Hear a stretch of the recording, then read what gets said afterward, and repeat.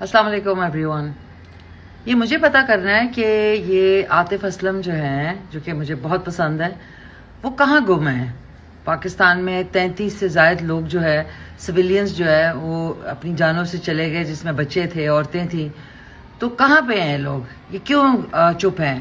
اور دوسرے جو ہیں جو بالکل خاموش ہیں، وہ ہیں راحت فتح علی خان. میرے خیال میں شہد والا یا وہ دم والا پانی انہوں نے پیا ہوا ہے، یا ان کو کسی نے بتایا نہیں کہ پاکستان میں اتنا بڑا حادثہ ہوا اور اس میں بہت ساری جانیں جو ہیں، قیمتی جانیں چلی گئیں. تو کہاں ہیں آپ لوگ؟ اور کیوں نہیں اس پہ آواز اٹھاتے؟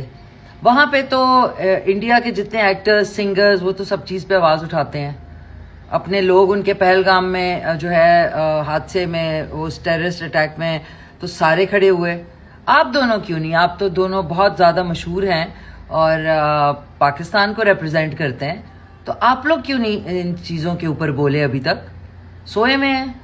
اچھا، وہ میرے خیال میں عاطف اسلم سوئے میں ہیں اور راحت فتح علی خان صاحب شاید دم والا پانی پی چکے ہیں. Any of the two. But دکھ کی بات ہے اور شرم کی بات ہے.